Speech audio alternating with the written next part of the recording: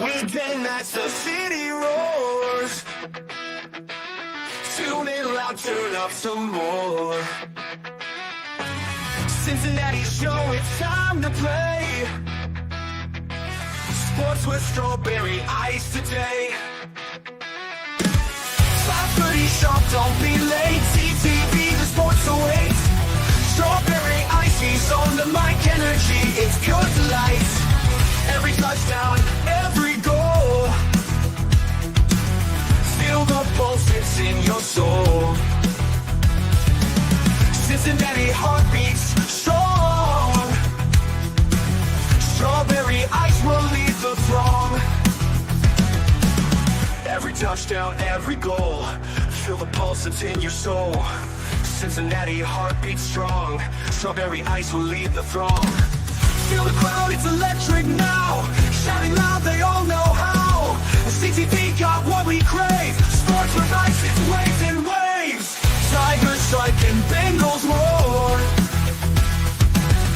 Every game we want some more. Tune it in and feel the thrill. Strawberry ice, he's giving chills. 5:30 sharp, don't be late. TTV, the sports await. Strawberry ice, he's on the mic, energy, it's pure delight.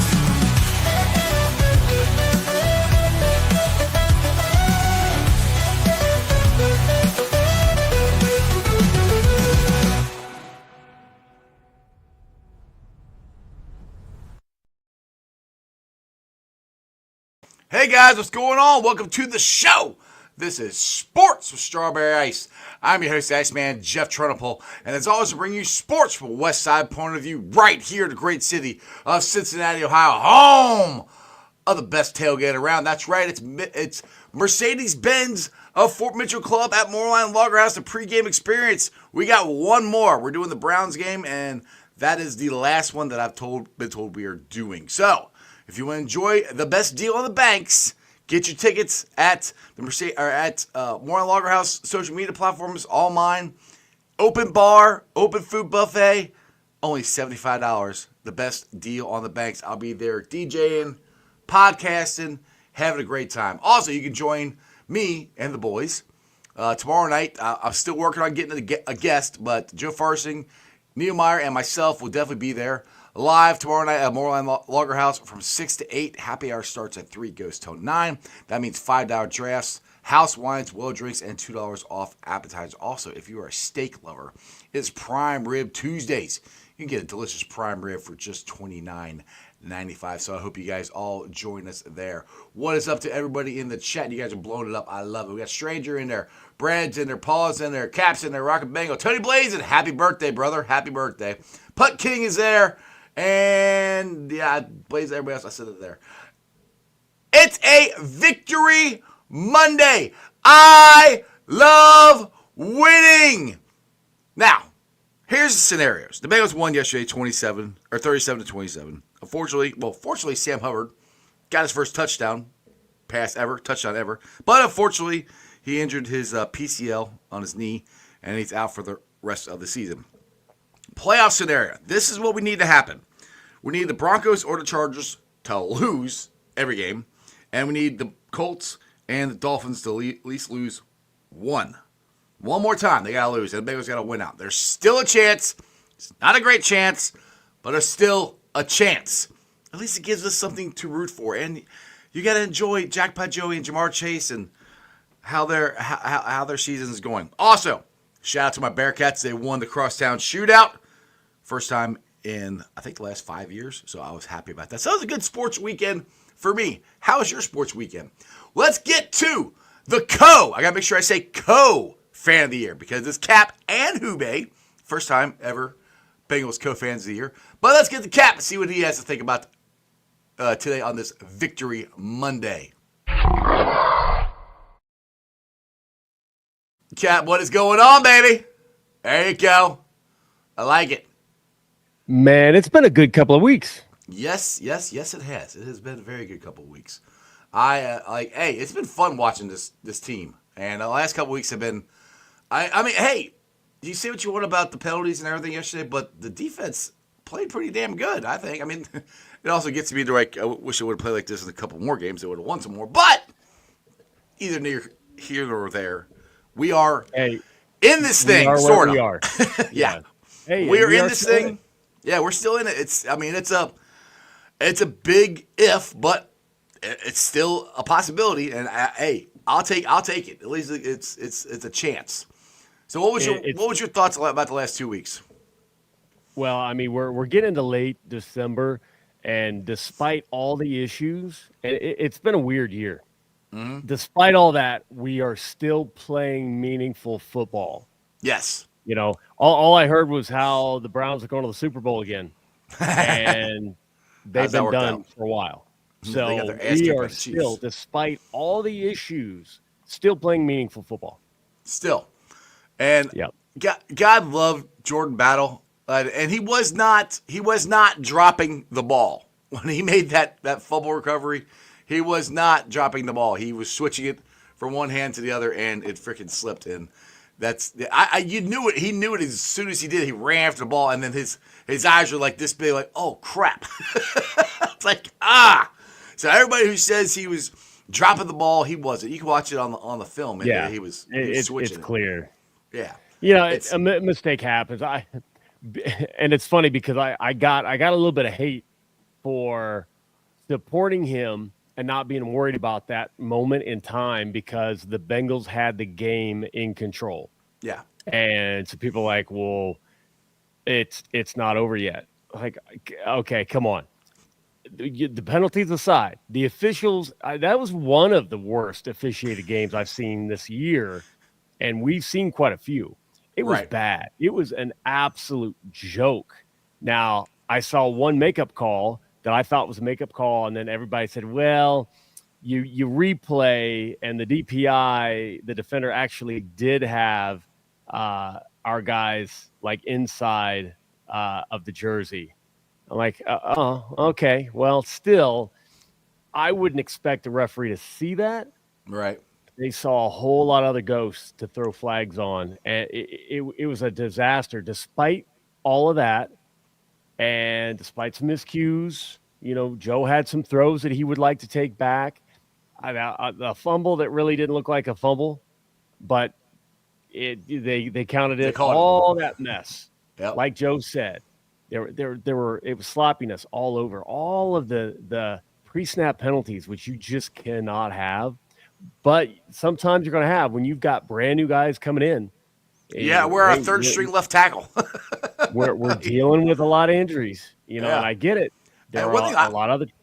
Did you notice one of the times when Joe got hit and he got hit in the head? But Joe actually, for the first time, I think ever, I saw him point and yell at the referee, going, "Hey, I got hit in the head." I'm like yelling at TV screen going, Joe, you need to do that every time. You need to complain about it because you're not getting the damn calls. So I was happy to see that. I want to bring up Dustin's comment here from Goodberry. Joe Burrow has faced pressure on 201 dropbacks this season. That's more than any other regular season in his career, 197 in 2021. Shows how great Joe is playing at MVP level. And that's one thing. Look, all I heard this morning, and don't get me wrong, Josh Allen's playing great. But, geez, Joe Burrow is on another level. I don't care what Josh Allen's doing. What Joe Burrow is doing with this team, with the way this defense has played, the way this team has played, he has literally – we are not sniffing the playoffs at all if we don't have Joe Burrow playing at this level. At all. It's not even close. So, I mean, Joe Burrow, he's not going to win the MVP, but, damn it, he better be up there, I think. Oh, What's up, Richard? Sadly, he won't be because MVP is a league popularity contest. I mean, I'm sorry. Lamar Jackson is a dynamic athlete. And, man, some of those great games that he has, he does. You cannot deny that he's talented. But that was not an MVP year last year. But they gave it to him. They gave it to him. He's got a better a better resume this year for MVP. And even there, when he's blowing up, when he's got a 150 passer rating or higher, when you watch the game, he's throwing to wide open receivers. I'm talking guys sitting down in just 40-yard dead spots in a zone. It's just easy backyard pitch and catch. I don't know how defenses fall apart like that. Well, I might know a little bit more this year, unfortunately. But Unfortunately, yes.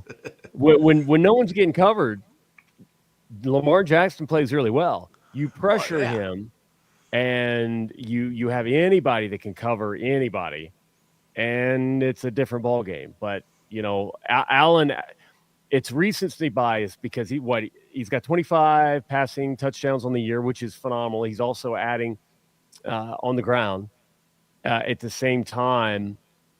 That could be a running back, that could be a handoff, that could be so many other things. So, if he's scoring inside the 20 on the ground, I'm like, it's cool and all, but overall. Hey, Josh Allen is always overlooked, though. I feel like by a lot of fan bases. And hey, if he wins MVP, I'm not going to be mad at him. No, I won't be. No, he's playing great. I won't be upset. I mean, look, if we had a winning record, Joe would definitely be in it. Against Dusty again. He said that I apologize to Greg, but we got to see somebody in the slot besides Josie drop penalties, fumbles, no playmaking in the red zone anymore. We need a threat there. Well, I mean, our red zone efficiency, which I agree with what you're saying, but our red zone efficiency has actually been off the charts. I think there's I heard it on the game. I re-watched and listened to the game last night at work.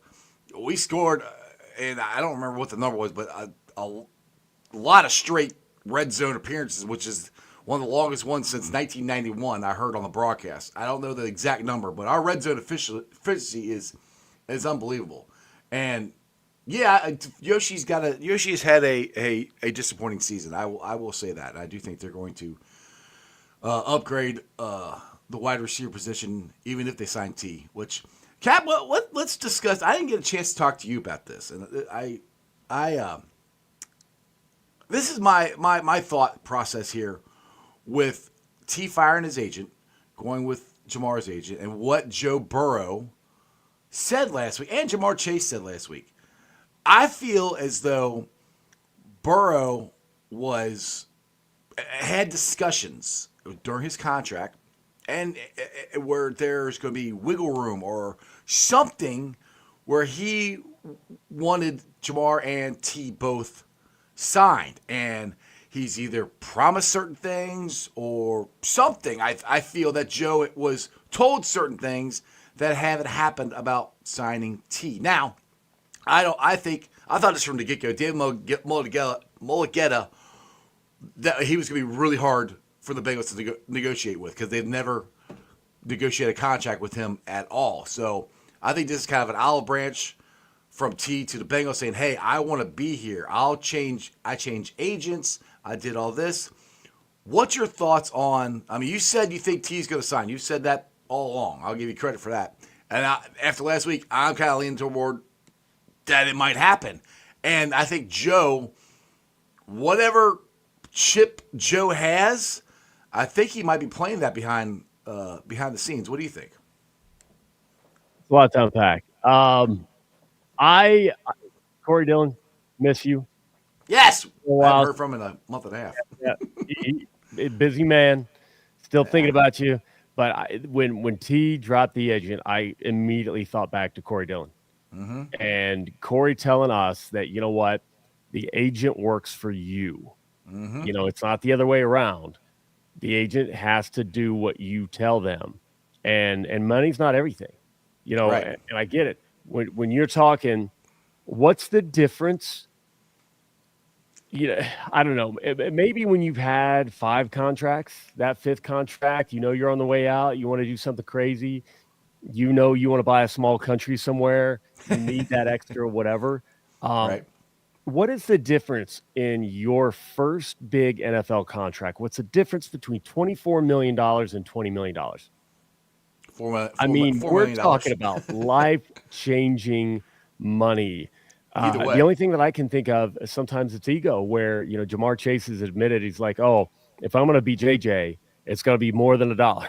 Right. I get that, but if you've got a smart accountant, you've got guys helping you, guys and gals helping you invest your money, strong family, mom and dad, helping out. If you've got that support, you don't need 50 million a year. So why not stay? Mm-hmm. Maybe T. Higgins can squeeze out an extra couple million somewhere else. Do you think Joe's got a chip or something that he's trying to play behind the scenes, and we heard a little bit about it?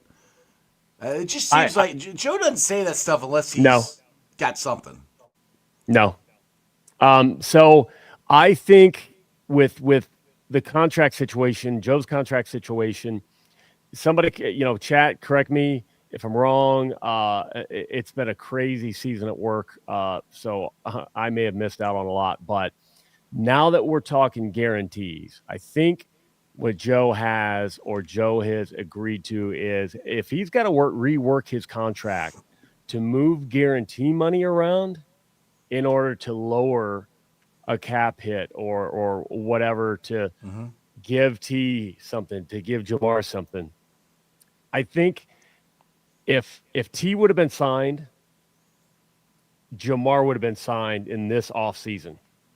I think there was a little bit of ambiguity between, okay, what do we do? We can't lose both. We don't want to lose both. Now I'm starting to think the front office really, really did want to sign T the entire time. Regardless of verbal negotiations, which I hear can be kind of prickly coming out of Cincinnati. I think now we see T wants an agent that's going to work for him. Right. T talks to Jamar. Jamar's really happy with the agent. It sounded like Jamar got better communication from his agent. It definitely seemed like Jamar is getting what he wants out of the agent, because they were really close and they didn't do it, which I wish they would have. But they're holding firm too. It's not like Jamar's agent's a pushover. I think it's the best combination of what Jamar wants, what he can have hanging out with his buddies and staying in Cincinnati. I think that's going to continue, and I think T wants that too. Tony, it's what you do with the money after retirement. Yeah. Well, Palmer was like, hey, I've got enough money. Palmer was very frugal with his money, all his contracts. So he was ready to go. He was ready to retire. Lee Johnson, Bengals old punter. If anybody remembers Lee Johnson, he was pretty much the clubhouse investment guru. A lot of people went to him for advice and ideas and things like that. Hey, if you're smart with that many millions, Hubei and I have always talked about every time we play the lottery, I'm like, oh, that would be so nice. But what we would do, because I don't need $500 million. Nobody needs $500 million. You live off the interest. Right. You invest that and you live off. These players could be set for life because, do you have to buy that Bugatti to compete with that other number one wide receiver? Not really. Can you buy something really nice? Because guess what? I'd rather compete with them with winning rings. Yeah, winning rings. And I can tell you, if they're doing it to impress the ladies are already impressed. They're already impressed. Yeah, you're an NFL They got player. a number on a jersey that's for sale, at whatever store you walk into. That's enough. They don't have to have.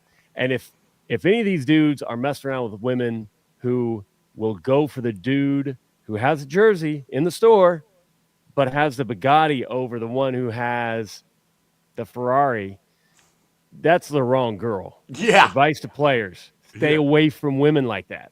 Don't do it.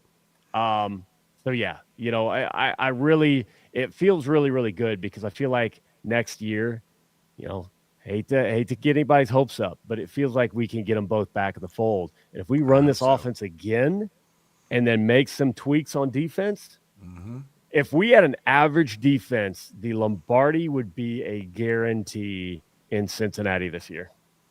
Richard wants to know, say, hey, Jeff, we have 4 games left. What's the chances of making the playoffs? I think the chances went up to 9 or 6%, I think. Yeah, I thought It's it was not like from 1.8% to 6, which is a 6. gigantic leap. Yeah. It's still not. I mean, the hardest one is you need the Chargers and you need the Broncos, one of them two, to lose the rest of the games. That's the hardest one. I mean, I think the Dolphins and Colts can lose one more game between now and then.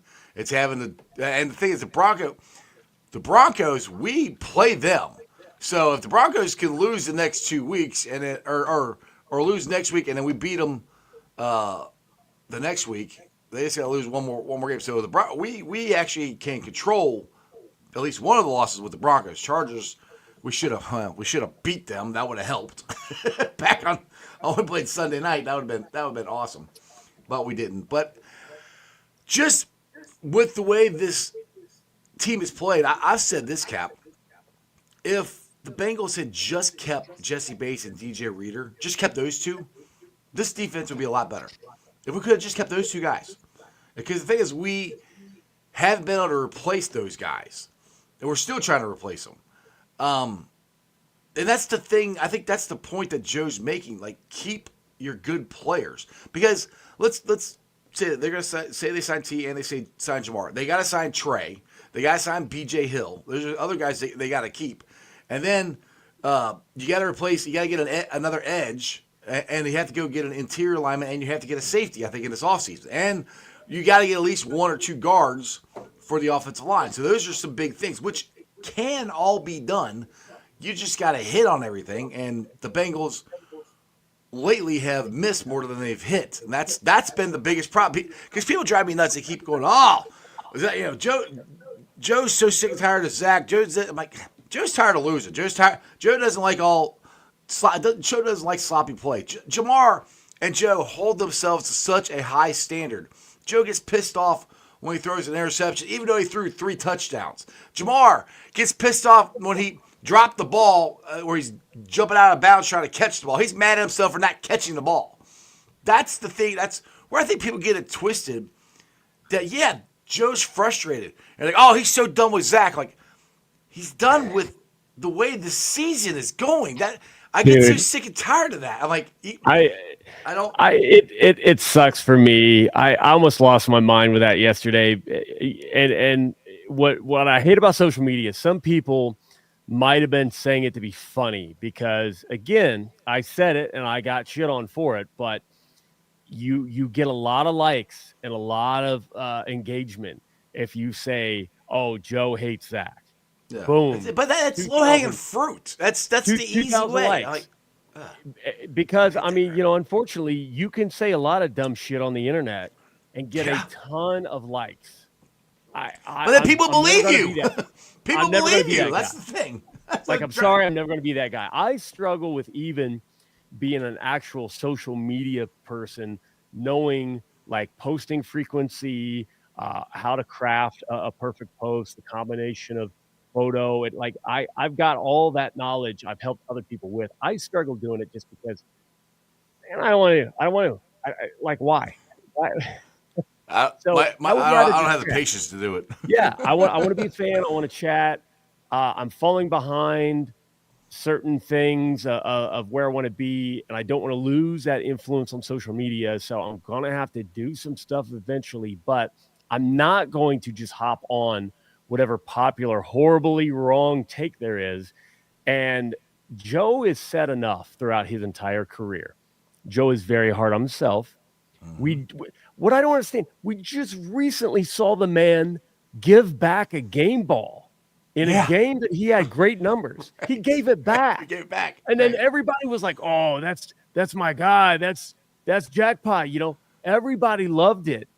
And then they're doing it because he's mad at Zach. That's why he's doing it. He's upset on the sideline. So I imagine it went something like Zach comes up is like, Joe, great game today, blah, blah, blah. And Joe responds, that. Right. And right. That's what I imagine. So then you see that animated exchange. I mean, Zach was like on a knee, like below chat, like there wasn't a posturing of any type It's of okay. actual argument. Let's put it this way. Did you see the Philadelphia head coach go after one of his defense linemen, and one of the defensive coaches was in between them, not letting him talk? That's dysfunction, people, and that's probably one of the best teams in football. Or it could be that right now they could be playing the way the Eagles are playing. Could be the best team in football. That's dysfunction. Look, the Eagles. Most of those guys don't like their coach. Jalen Hurts just basically come out and said he doesn't like his head coach. Like you can find articles about that where they've said that.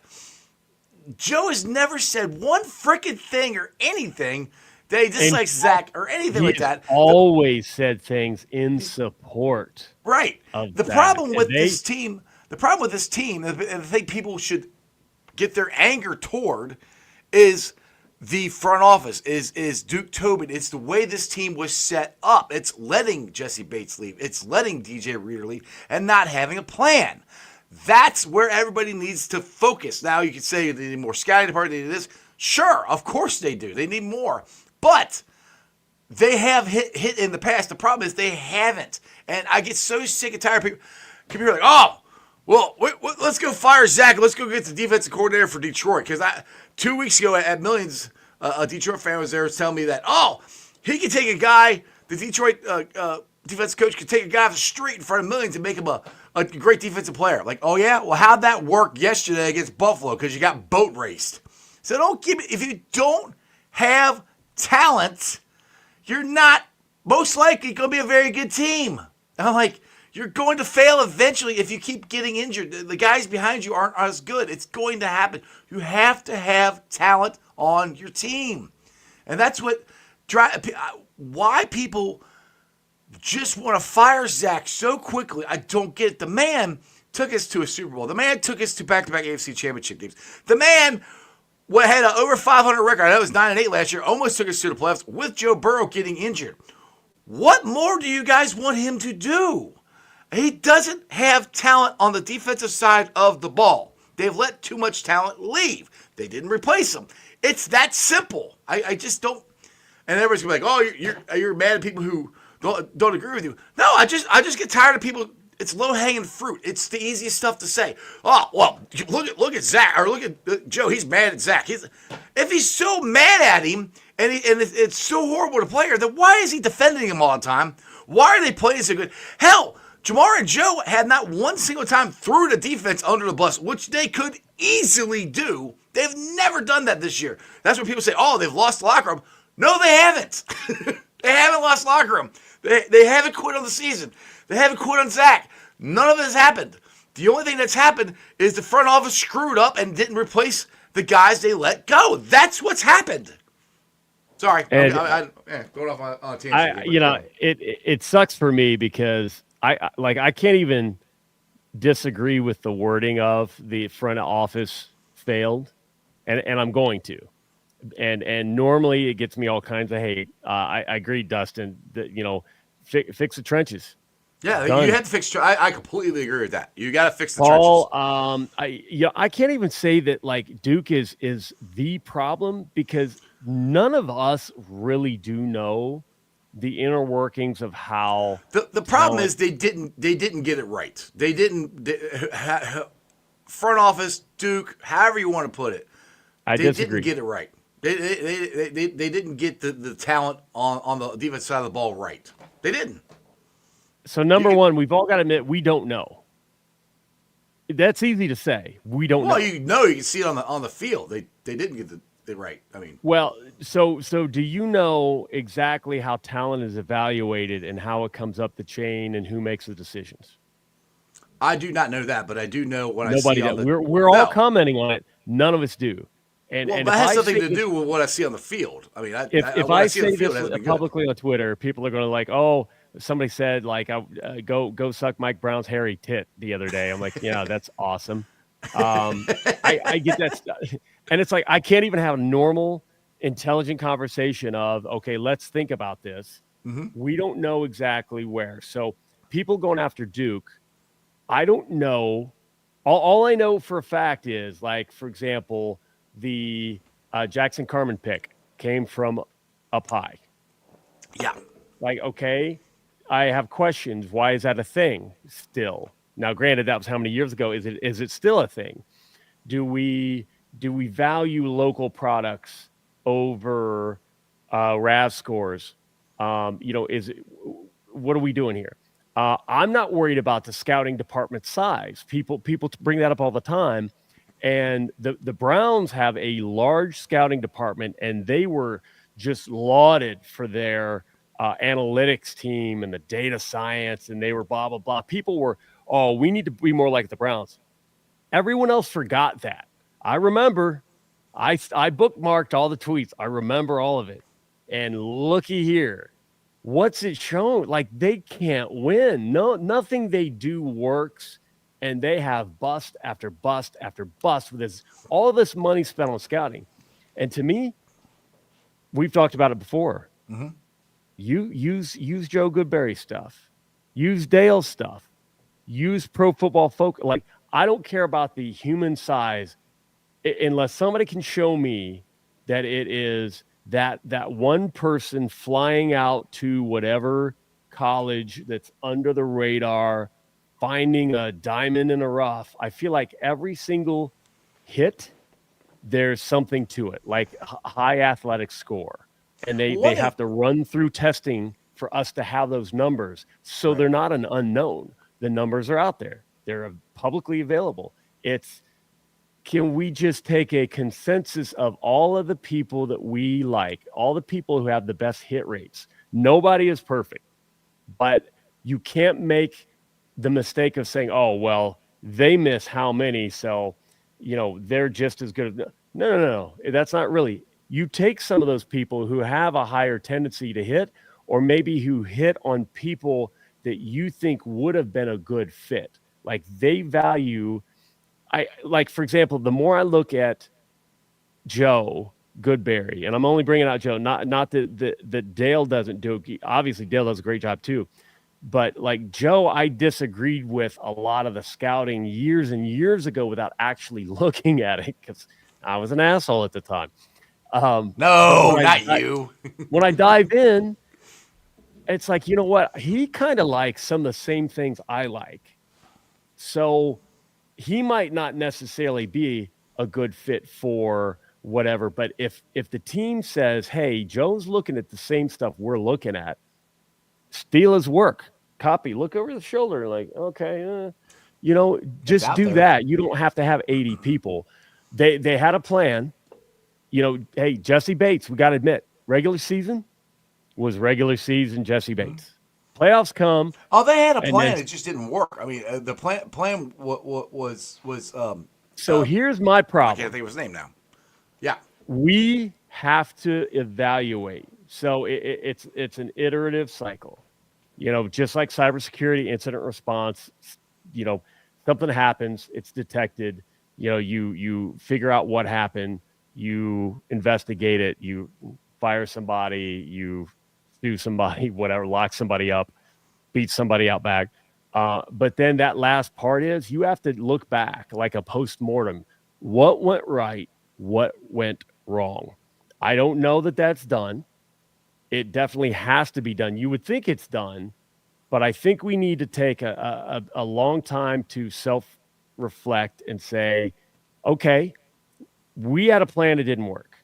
I'm thinking back to 2015. We had a plan to replace Whitworth and Zeitler. It did not work. I'm seeing some similarity between that little window in time in 2015. That's what scares me. and the most recent. With some good stuff in the middle. Like, we rebuilt that defense now, look, when we brought Trey. Quick. Our drafting this year was fine. I have no problem with the people they drafted. The problem is the free agency this year. That's where they've missed, in my opinion. They got one part wrong, and I agree with you. The plan, and I've said this, they had a plan for Jesse. I don't necessarily think they had a plan for DJ. I know Sheldon Rankins, but Sheldon Rankins and DJ Reader are not the same player. I mean, they're not. I mean, you say Chris Jenkins, but I mean, it's. I would have rather had DJ. That's just. I honestly, to me, it's just that's a guy you don't let walk out the door. I'm a fan of. I convinced myself that I was okay. Sad because I still watch DJ, still love DJ. Sad he left, but I was okay that that's business. He's older. He's coming off the second major injury. I've said it publicly. I'm wrong. I'm changing my mind that DJ Reader is a guy we had in the building who suffered an injury. We watched him come back. We had that familiarity, that closeness. We watched him come back and come back as good, if not better, than before the injury. So he has the injury again, the other leg.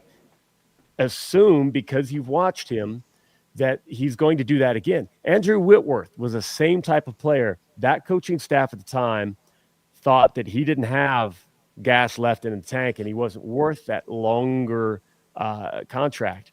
But if you know Whitworth, he was constantly finding ways to extend his career. So he was looking at what do I do? How do I change my workout routine? How do I change my nutrition? He was that detailed to dive in, and he actually got better with age. We have got to understand that going forward. I'm okay with if we've got someone that we see that work ethic and that intelligence and that drive to keep doing it at a high level. Those are people we want to prioritize. So you keep DJ Reader, you bring Rankins in along with him, and then maybe in the rotation, Rankins doesn't get hurt. I don't know. Now, I know looking at PFF, DJ Reader is sitting at 41 out of defensive interior. So, that's I guarantee that's kind of what the team was thinking. It's like, well, BJ Hill has a higher PFF grade. Now, different players. They are different players. But I still say for the amount of money that you could have had DJ for, the next time that happens, I want DJ in-house. This is kind of ironic here. Dustin says, how ironic is it that Rankins missed from injury and now versus hope he's okay and Reader hasn't missed any time since he started playing. I think he did miss one. I know there was a game that DJ played. He did miss one. But overall, right, he's played, Oh, yeah. With the questions about overcoming injury. And Dustin, I don't think that works with everybody. But I think when you look at Reader and what he's about and his makeup and the fact that he's come. So that's just like the guy you want in that locker room. That's the thing with me. That guy you want in the locker room. That too. But, look at Joe. We were arguing against the injury-prone label, and people were saying he's done for. He'll never come back. Yeah. We were arguing with Joe's not that kind of person. Joe's going to do whatever it takes, and he's having his best season yet. Like, we've got to remember that. DJ Reader was that same type of mentality. Andrew Whitworth was that same type of mentality. I don't care anymore about age. I don't think that little $1 million here or there is going to make a dent in anything. I think you need to go ahead and spend that. Yes, that's what I think. There's another one here. I'll tee rookie. Here you go. The Bengals defensive line is the highest paid defensive line in the NFL. We paid for good defense, but I don't think we are coached well. I like Lou, but we have lost trust in the players. Listening thoughts. If we paid, I know we paid a lot for the offensive line. I mean, who do we pay our defense on? We got Trey, BJ, and Sam. Who else did we pay? And Rankins. I mean, that's 4 guys. I guess is it that high? I don't even know. I mean, to me, we've spent a lot of money on the offense line because almost all of them are free agents. Actually, all of them are except for 2 now. So I'm not saying you're wrong. I just if we spent that much money, who do we spend? Who do we spend the money on? Because there's a lot of them. That sports TV says sports track numbers. Okay, which I don't disagree with you. I'm just because we're going to have to spend more money because I want to keep BJ and I want to keep Trey. Over the cap I thought was showing something different, but let me pop over to. Dustin says he thinks we are top 5 investment. Really? Wow. If you click on if you go to Spot Track and NFL position spending, click on DL, $61 million. Then the next highest is Green Bay at $52 million. So that's what we all keep talking. That's the thing I guess is frustrating because we keep saying, concentrate on the trenches, concentrate on the trenches. Well, money-wise, they are. It's just they're not like they not spending the money on the and people. Well, that's coaching. Well, I don't. Lou didn't all of a sudden forget how to coach, and this is coming from a guy who used to call him Armadillo. But when you say coaching, remember we could be talking about D-line coach. True. And I have questions. If we're not seeing the development, and hey, again, I am just a fan. I can be wrong. I'm sure if either position coach, offensive line or defensive line, heard me say any of this, hopefully they understand the laugh if I'm saying something wrong, because I don't know. I've heard rumors that maybe Pollock has not gotten his guys, that he, the type of guy that he wants for his offensive line. And, for me as an organization, we've got to do that. Like, all right, we're either getting an offensive line coach who can deal with the offensive line players that we want to utilize that fit in an offense we want to run, or we've got an offensive line coach and we're going to listen to him and get him the type of players he wants. And Mims is apparently, the rumor has it, the first guy that Pollock, and look, he's playing well.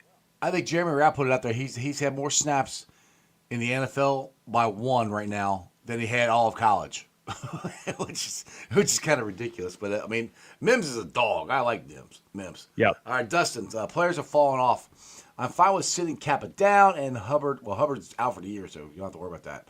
Who is still in the books for his money with no production. The way to think about that is lost money. It kills your roster.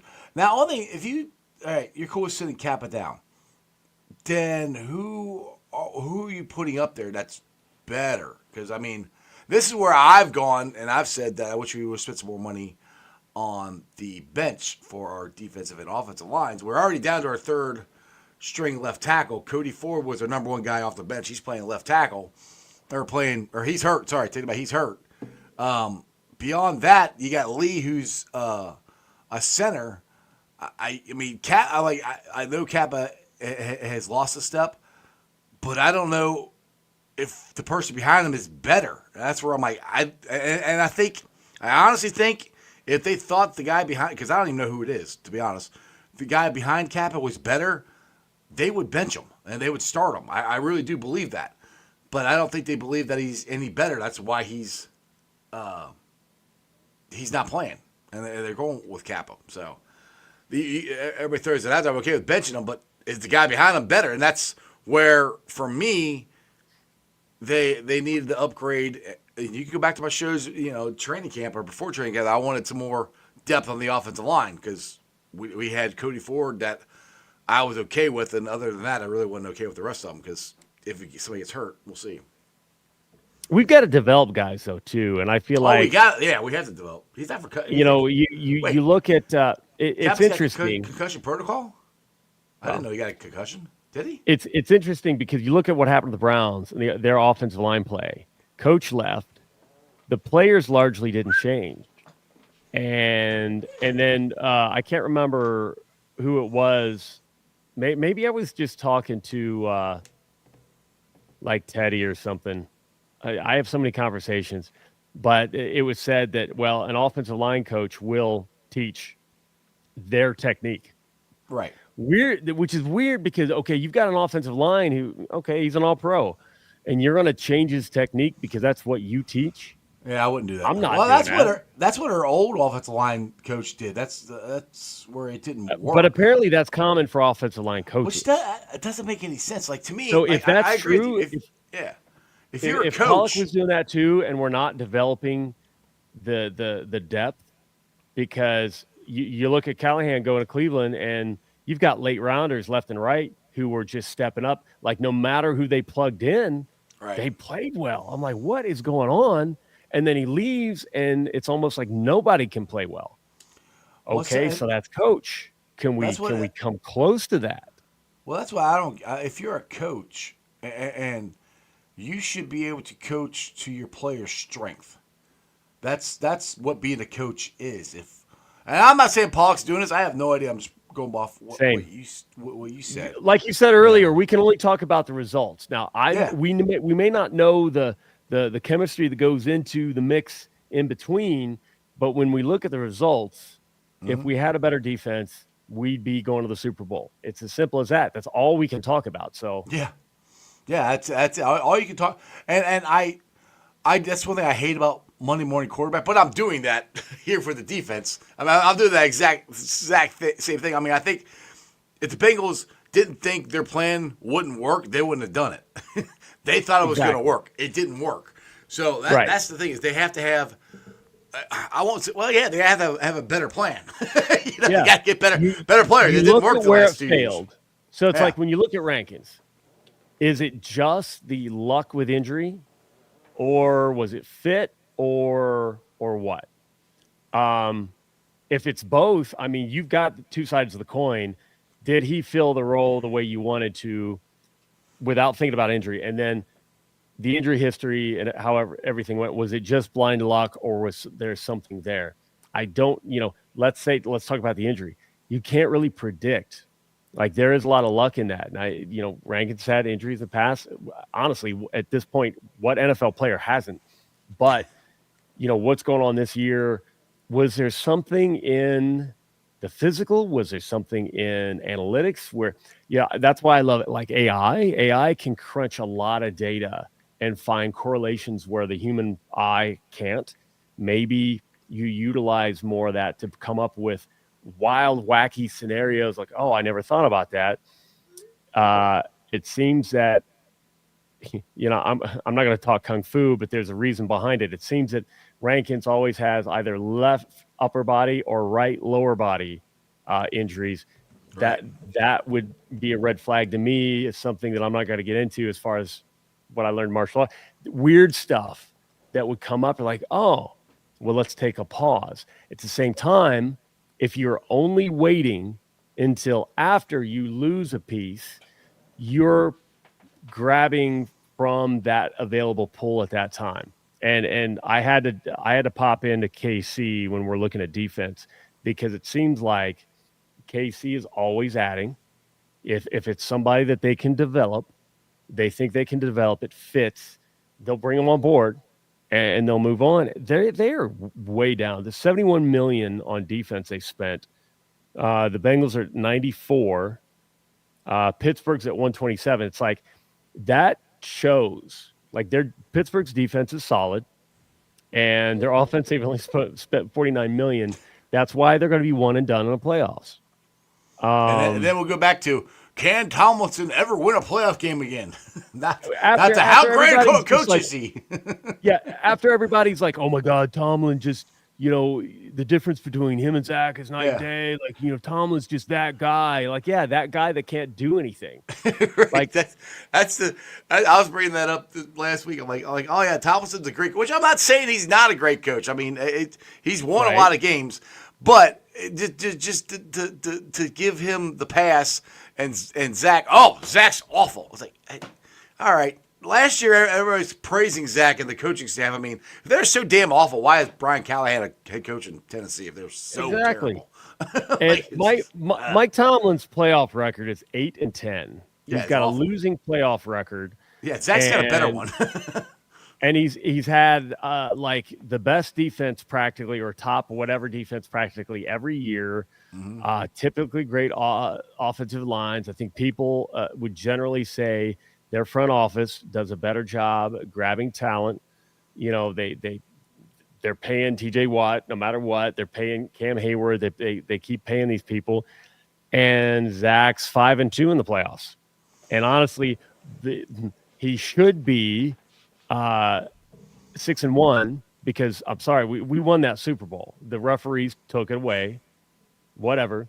And you want to talk about, would we be undefeated if all the BS that happened in that last KC championship? I mean, hey, there you go. I don't ever remember seeing the Steelers get hosed in playoff penalties. I think they probably would say that anytime they play the Patriots. They always say that. But I probably would agree because honestly, I loved it because as many times as we lost games because of the officials when we played the Steelers, I felt like maybe there were a few that the Steelers lost to the Patriots. Payback. I'm like, yeah. How's it feel? Exactly.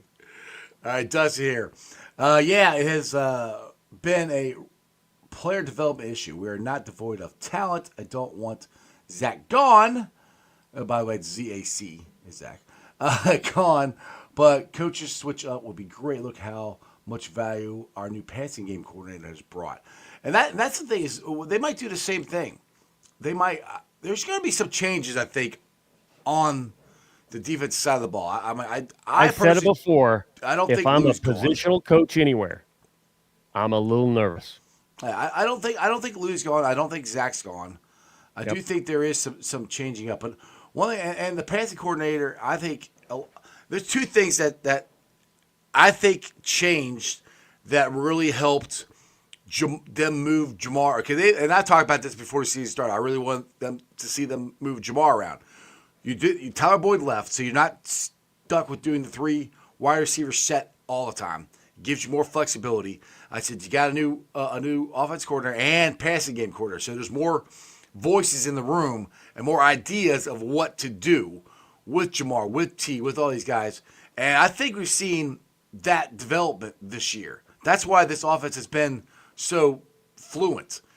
I agree with you, Dustin. I think there's could and should be some kind of coaching changes on the defense side of the ball. I don't know if you have I don't know if there's a passing coordinator job that that equals onto the defensive side of the ball. I can't think of anything like that.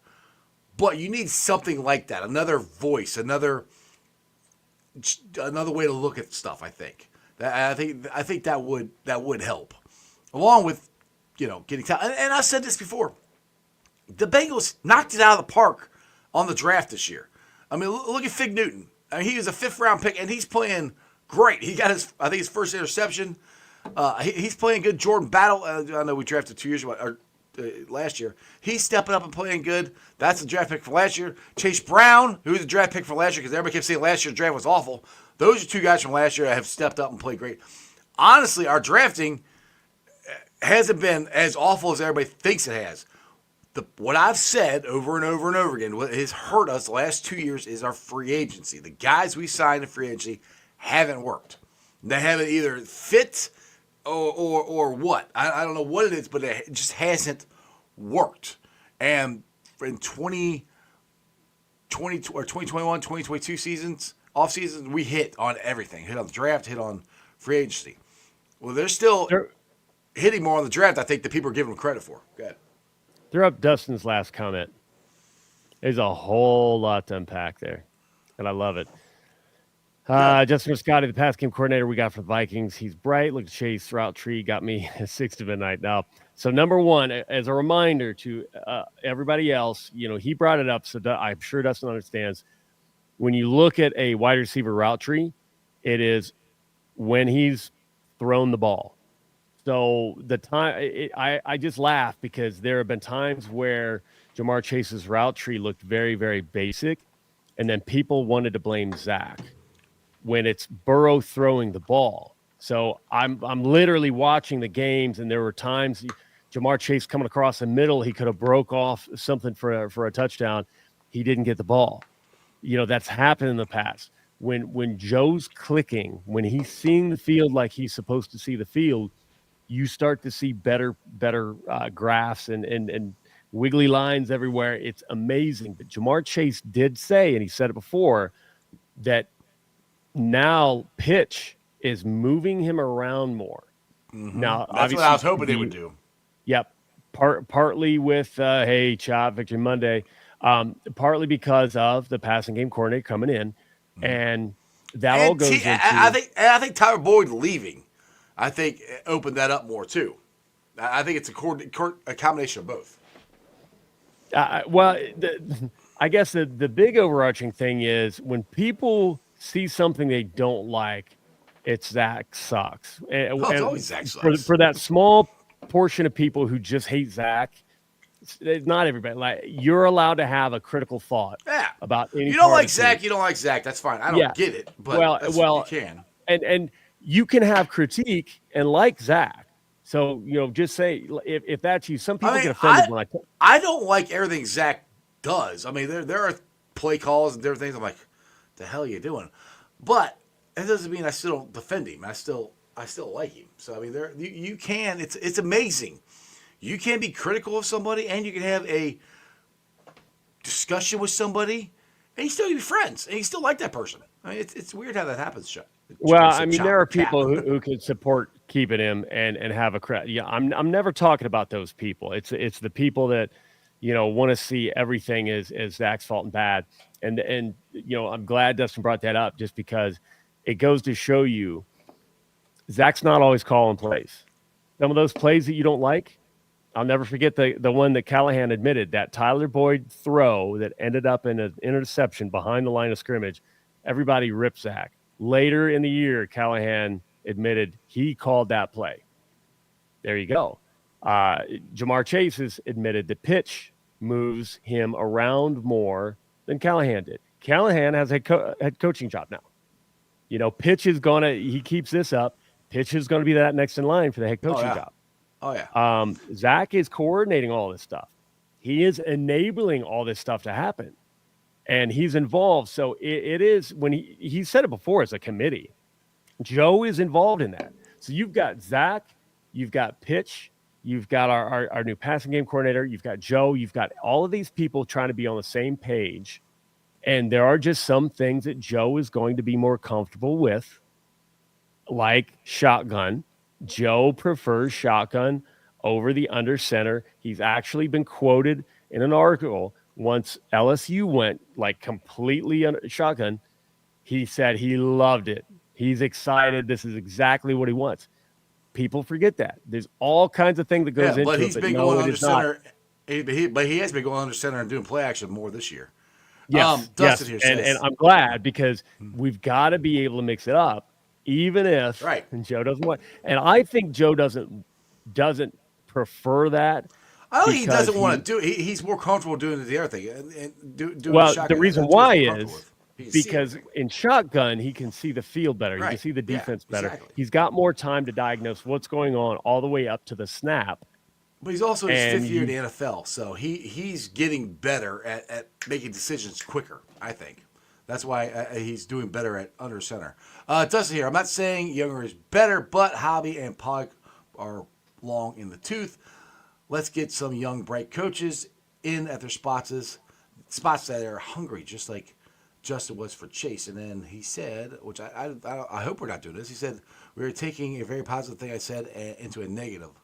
I don't. If that's I didn't think we were trying to make it negative. I think I thought we were agreeing with you, to be honest. Yeah. Oh yeah. We're agreeing with him. He might be talking about me. That's a good conversation, but there's a lot of, so Dustin, thank you for helping us bring that up, because of other stuff outside of what you said in this conversation we just had can teach a lot of people out there with just blind hate to stop, take a breath, look at the larger thing, because you understand there is a lot of nuance in how the offense is run.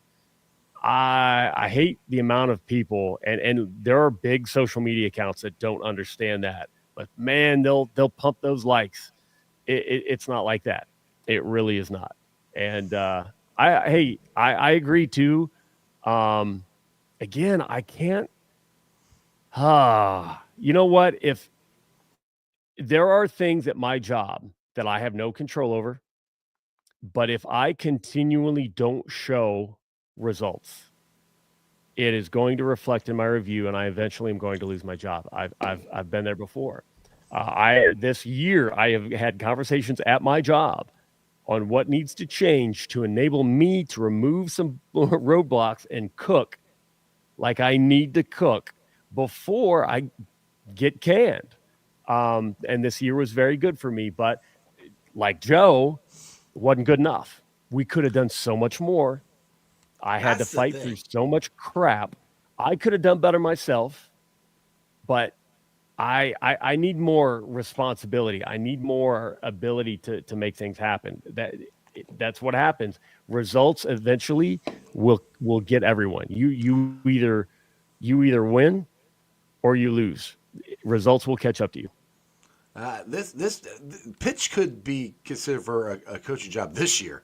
Just like Dustin said, we got to keep Pitch historically offense. We're putting up. He is young and bright and hardworking. Let's Awesome. fill the rest of the coaching staff with guys like that. I agree. And the thing is, Dustin, they look. If Pitch gets a chance to be a head coach, he's going to leave. No matter how much money the Bengals try to pay him, he's going to leave because his goal is to be a head coach. I hope he stays, but to Dustin's point, how good this offense is, there's going to be somebody looking at him. I mean, I wouldn't be surprised to hear his name out there for head coaching jobs this coming off season. But I do agree with what he's saying. There has to be. I think something's got to be changed up on the defensive side of the ball, somewhere in the coaching staff, and maybe on the offensive line too. There's got to be something different because if everybody agrees that we spent money and we have talent, and the coaching staff isn't getting everything out of this talent, then like Cap said, you are if you don't have results, you'll be fired. That's where they're kind of at. We're not getting the results that they paid for. So, I mean, something could and most likely will be changed in this offseason. But we'll see. I mean, and I like it that it seems like the fan base is getting back under their feet and not jumping off the edge and saying we're going to be a horrible team for the next couple of years. Because that's one thing I was hearing a lot during the middle of the season, that it's going to take us years to fix this. I'm like, it's not going to take us years. You can fix this in one offseason. And the thing I keep saying is, you don't need to have a top 5 defense. You need a top 10 defense. And fans, like, I am sorry if I sound like shitty. Like, people tell me I'm condescending for just stating a fact somewhere, and I get that. Like, if people think the team is just falling apart and we're just going to be a dumpster fire for the next 5 years, it's just wrong. We got Joe Burrow. And if I say it's wrong, I'm sorry that you feel that's condescending, but come on. Some of this stuff is right in front of you. Like you said, Jeff, we literally fixed the defense in an offseason 1 year. We're not that many pieces. It can feel like it. It feels like that. But to be honest, we haven't seen great play out of what we have. Like, we've seen guys take bad angles. We've had – I'm sorry, but there was somebody on defense yesterday when the game was in hand that I think made a business decision, kind of reached an arm out. That's all he did. That last one, the tackler on that last one was – I'm like, are you even trying? I'm not going to call him out, but he led the team in tackles. Yeah. I'm like, I'm not going to say it. He clapped back at some people on Twitter. Like, I get it. But people – it wasn't a big deal. The game was in hand. The game was in hand, but it's a bad look. I know. Right there. I know. Everybody saw it. I know. But if these players win, like, let's say it comes down to Denver, we gotta beat Denver, and then suddenly we're in. Then, which I think we gotta win out. So that means we gotta win out. Too. Yeah. So if we beat the Steelers at the end of the year, we're in. I think you're going to see guys like Superman flying through the air, trying to nip at toenails to make a tackle. If we have that type of effort all year, I think we could have done better. I think we could have done better with communication on defense. I think we could have done better at effort on defense, maybe technique, people knowing where they're supposed to be. There's a lot of things that go to it. So even with the talent that we have and the injuries we have, I think we can see better defense with just harder work. I could be crazy. Zach has got to figure out how, and I'll put this on Zach. Zach has got to figure out how to get us off to a better start. This start killed us. A million times it's not Zach. It's Joe's health. I'll keep saying it until people remember it. That's Joe's health. We have never started out with a healthy Joe and a normal offseason. It has never happened yet. All right. Well, either way, we got to get off to a better. We were 1-4 at one point. That didn't help. Put it this way. I agree with you. Joe's health is the thing, but our defense was awful at the beginning of the year. We were missing tackles at the beginning. If we would have made tackles at the beginning of the year, we might have won some more games. So with or without Joe, it's not, yeah, it is Joe's health, but the team in general did not play good. And Zach, Lou, whoever, they've got, however it is, they got to get off to a better start. You got to figure out how you can't be 1-4. I mean, we lost to that Ravens game. I would never forget sitting in my seats after we lost that Ravens game, going, "Holy crap, we're 1-4. How the hell are we 1-4?" I will never forget that moment, I think, in my life, because there's no chance in hell I thought we were going to be 1-4. So that, Chop, I love you and thank you. I did not get a chance to watch, but the more we can keep reminding people, the better. Because I'm telling you, it's a big deal. Like, look look at every year when Joe starts warming up, he takes a little time to warm up. So you need to be able to push him in the preseason. We've not been able to through various. The one year it felt like the entire offensive line was hurt in the preseason. They didn't play. Yeah, you didn't necessarily want to throw him out there, but right. I think Joe needs reps. Oh, Joe said that he needs reps. Yes. There you go. For so Joe, that's why we started slow, but yeah, the defense. Lou admitted, everything runs through him, and he took responsibility for the defense. And that's the kind of the thing is like, excuse me. You knew Joe was coming back from a wrist injury, that Joe might not be up to speed at the beginning of the year. That's where the defense had to be ready to go, and they weren't. So that's in general. We had how many injuries on the defensive line? I agree, but losing to the should have lost to the damn Patriots. They shouldn't have lost to them. Well, I mean, it helps when the referees take away a touchdown. It does. It just, yeah. It's just. So that would have been a touchdown. That would not have been a fumble. Who knows what would have happened the next play? Maybe the Patriots don't score, and then we win by 2 scores. I mean, that was a huge deal. I'm still pissed off about it. Yeah, there are lots of them. I'm pissed Chop off. says, I've said many times this season I thought Joe was protecting his wrist. He was excited in the pocket and thrown early.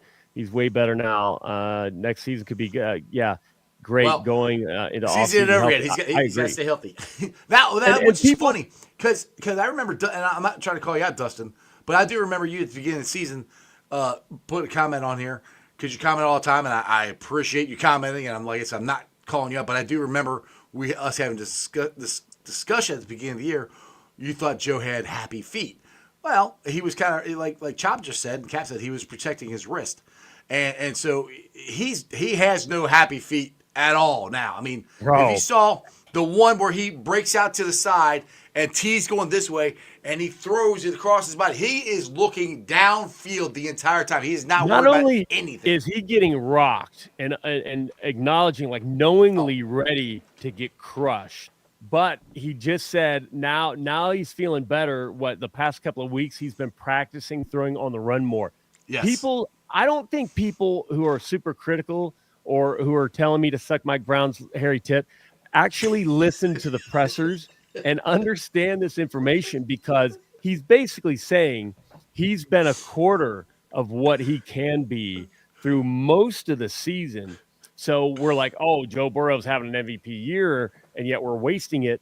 And it's taken him some time to get to that point. And now he's just like molten lava on fire, because everybody's, well, he's got to be Superman. Look how many times he has to go off script. Look how many times Patrick Mahomes in a shitty season still I was about to say the same thing. Josh Allen. And they get praised for it. They get praised for it. And we're always like, oh my God. Highlights. He's ready for his life. Fans are like, oh my God, our QB's awesome. And we act like it's a bad thing. Like, it's those people who hate Zach Taylor so much, they want to try to use Joe's athletic abilities that made him the number 1 overall pick. We drafted him to do exactly the stuff that he's doing, that Patrick Mahomes does, that Josh Allen does, that Lamar Jackson does, that every other quarterback that we admire does. We're using it against him in order to insult Zach, which is just nuts. That's it. That exact point drives me crazy. People act like your quarterback should never get hit. That's not the NFL. Mahomes is out right now because he's got a high ankle sprain again. I mean, this is like the third one he's got. Yeah, but whatever, he's hurt. Josh Allen does this all the time. Guys, the people on the other side of the ball are supposed to disrupt your offense. That's what they're paid to do. So sometimes you're going to have to make plays, and Joe does it over and over and over again.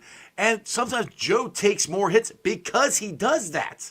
And that's what they're like, oh, we got to have a better offensive line, which I agree. Our offensive line has to get better. There's some improvement that has to be. But it's not awful. Yeah, it's not awful. It's not like, look, if we could have figured out how to get our defense a little better, make some. I mean, let's just go back. Somebody said in the chat, I can't remember who said, but somebody brought up the Chargers game. If Evan, I hate to say it, Evan, I love Evan McPherson, and I think he's gonna be fine. I think he was hurt most of the season. I think that's why. Now that he's out, it's now he's out. Yeah, that makes sense because he lost us. I mean, I don't say he lost us, but he missed a kick or two in the Ravens game. He missed 2, maybe 3 kicks in the Chargers game. He makes those kicks. We win those 2 games. We're 8? Well, that makes us 8-8 now. I think. Am I right? We're 9. My math's right. But anyway, it's 2 more wins. We're probably in the playoffs right now. If we have 2 more wins on 2 kicks. Or 2 if we have 2 more wins, we're in the playoffs. It's simple as that. And Dustin's just been on fire tonight. Fans about to find out how cruel NFL and how much more we should appreciate the Bengals Lions. One and done, going to lose both coordinators, slip back to the best.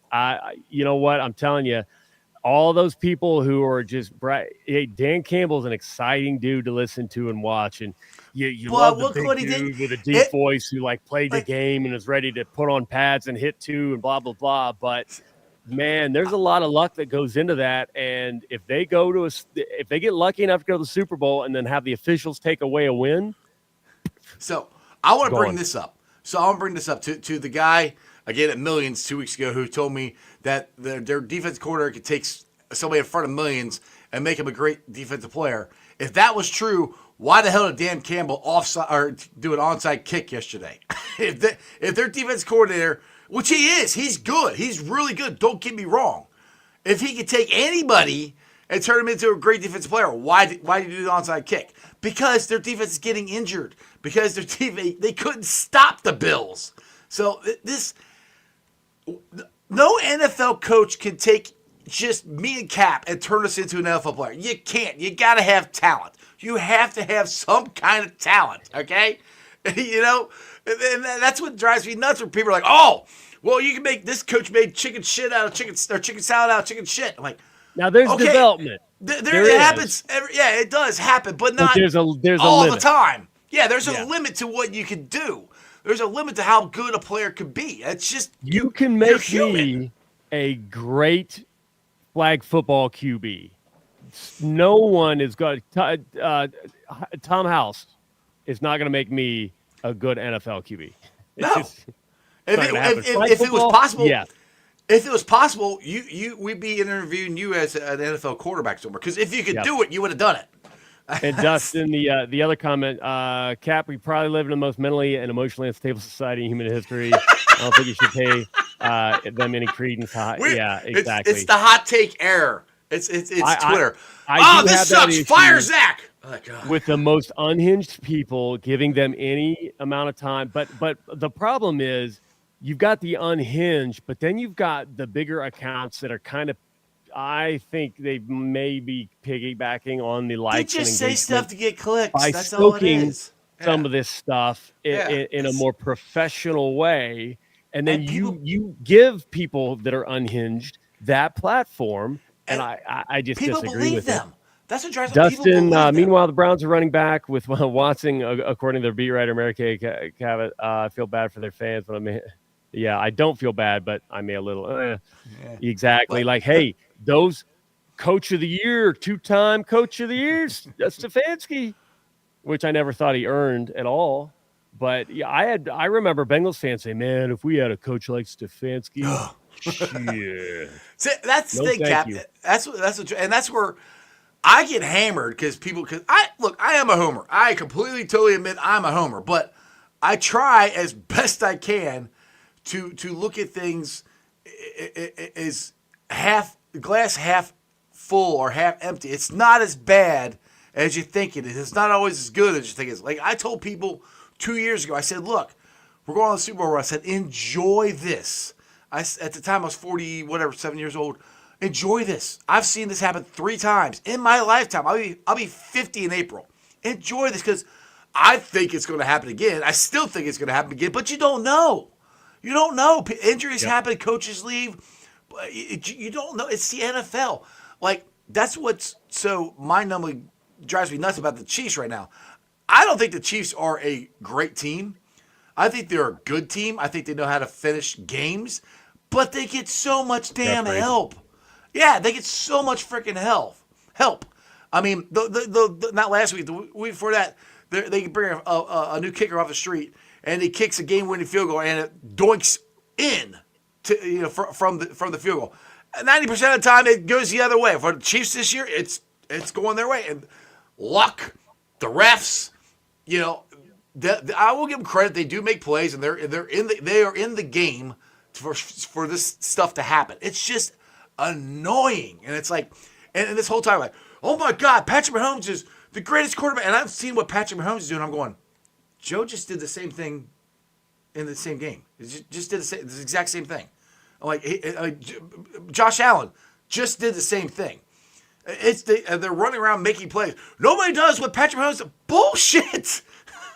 There's lots of quarterbacks in the NFL that are doing what Patrick Mahomes is doing. I'm not saying Patrick Mahomes is not a good quarterback, but the Patrick Mahomes love that. Oh, he's the greatest I've ever seen. Really? Go watch Josh Allen. Hell, go watch Lamar Jackson. Go watch Joe Burrow. They all do the same thing.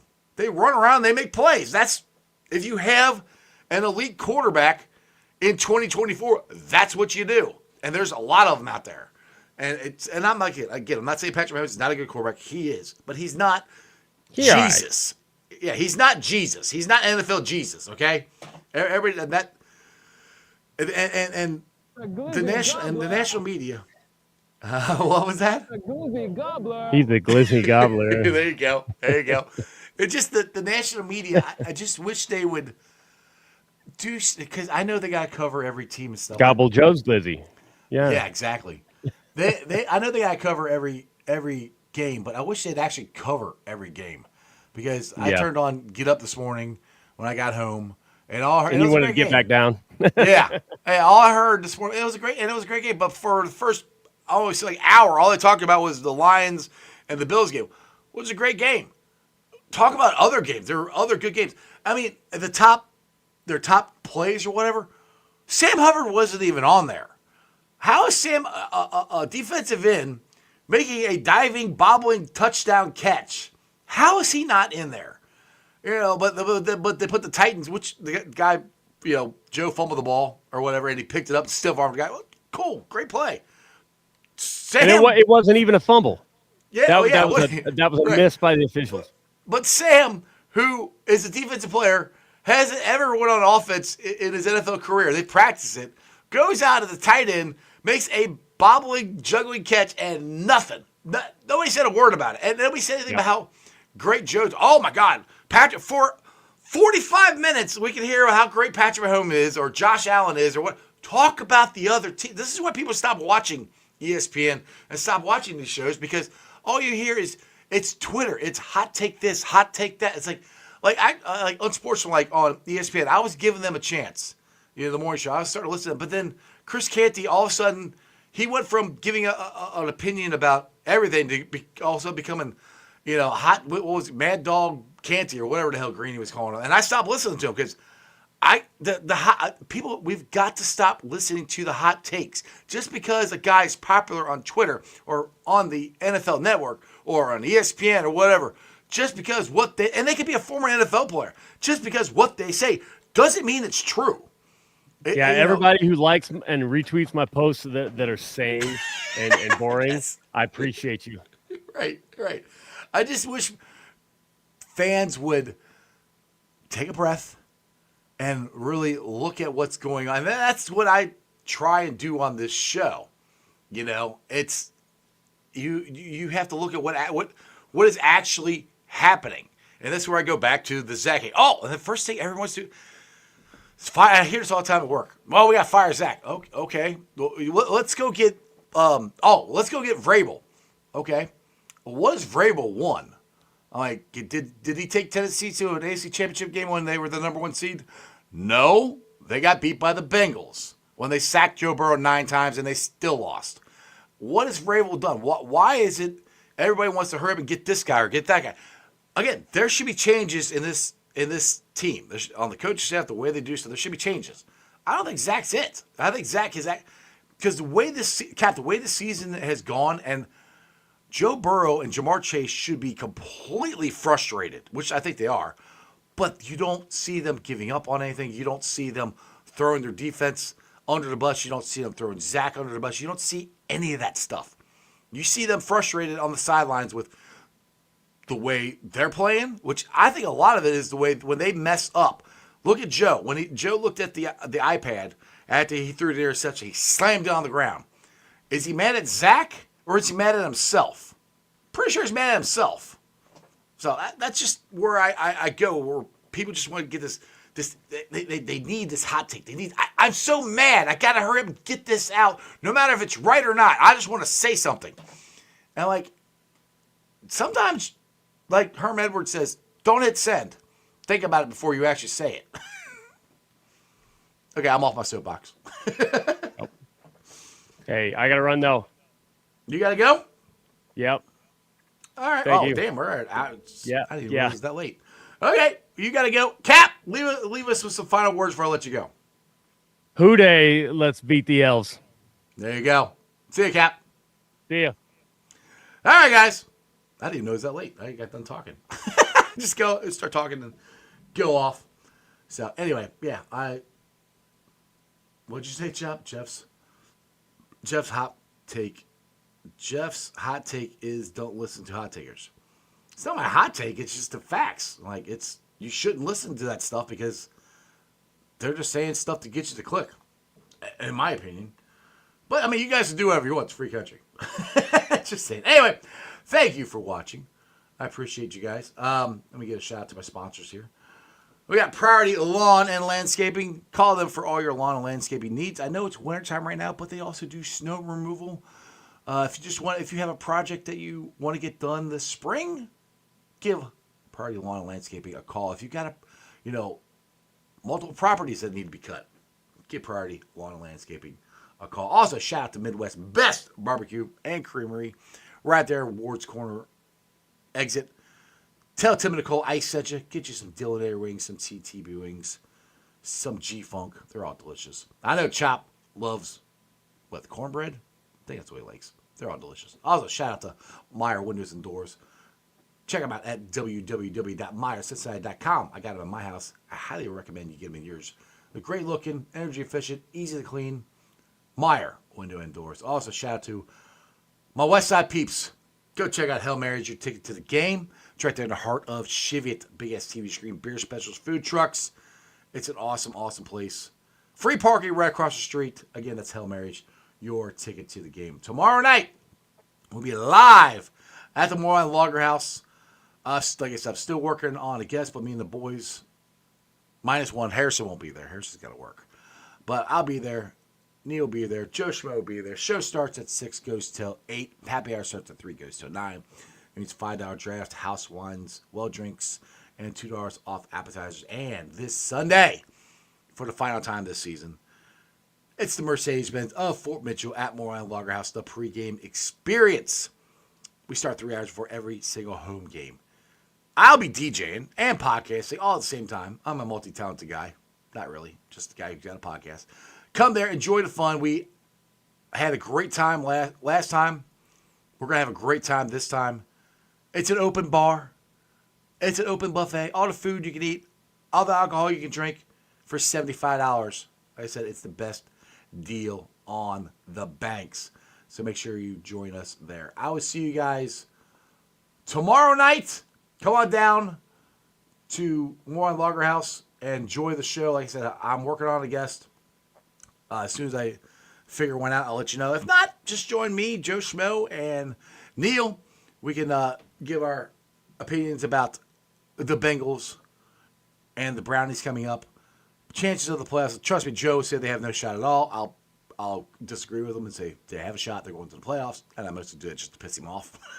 But I do think we got a shot for sure. Will it happen? I don't know. The Broncos and Chargers have got to lose the rest of them. One of those teams got to lose the rest of them. We need the Colts and the Dolphins to lose one. It's a big if, but it's a less of a big if than it was before Sunday's game. So join us tomorrow night there. Wednesday, I am at the Bengals Now, Newport Levy, right before Bengals Now. Neil usually joins me. Sometimes I have some cool guests there, but just come on down, enjoy the fun. Bengals Now is an awesome, awesome show. Joe and Jeremy, as long as the traffic isn't awful, usually join me for the last 15, 20 minutes of the show. So come join us there. And then Friday night, we're at Millions and Millions. It was packed this past Friday night. So come on down. The show starts at 6:30. Other than that, you guys have a wonderful day. And that's your sports, baby. See ya! Weekday nights, the city roars. Tune in loud, turn up some more. Cincinnati show, it's time to play. Sports with strawberry ice today. 5:30 sharp, don't be late. TTV, the sports awaits. Strawberry ice, he's on the mic, energy, it's pure delight. Every touchdown, every goal. Feel the pulse, it's in your soul. Cincinnati heartbeats strong. Strawberry ice will lead the throng. Every touchdown, every goal. Feel the pulse, it's in your soul. Cincinnati heartbeats strong. Strawberry ice will lead the throng. Feel the crowd, it's electric now. Shouting loud, they all know how. The CTV got what we crave. Sports with ice, it's waves and waves. Tigers strike and Bengals roar. Every game we want some more. Tune it in and feel the thrill. Strawberry ice, he's giving chills. 5:30 sharp, don't be late. TTV, the sports awaits.